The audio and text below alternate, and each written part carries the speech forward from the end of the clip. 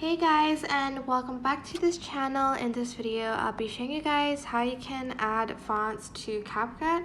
So I'm just going to download a font from thefont.com. I'm just going to select download and download again, and in this downloads tab you are going to select the font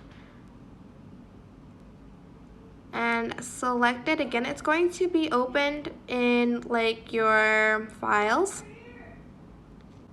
Then you're going to go to CapCut, go to text, add text, go to the font, import font, and press this plus button.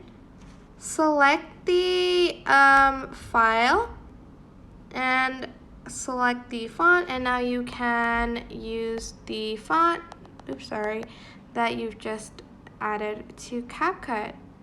And that's pretty much it. I hope this tutorial was helpful for you guys. Don't forget to like, comment, share, and also subscribe to this channel if you haven't done that. If you have any questions, just leave it in the comment section down below, and I will try my best to answer them all. Thank you so much for watching. Bye!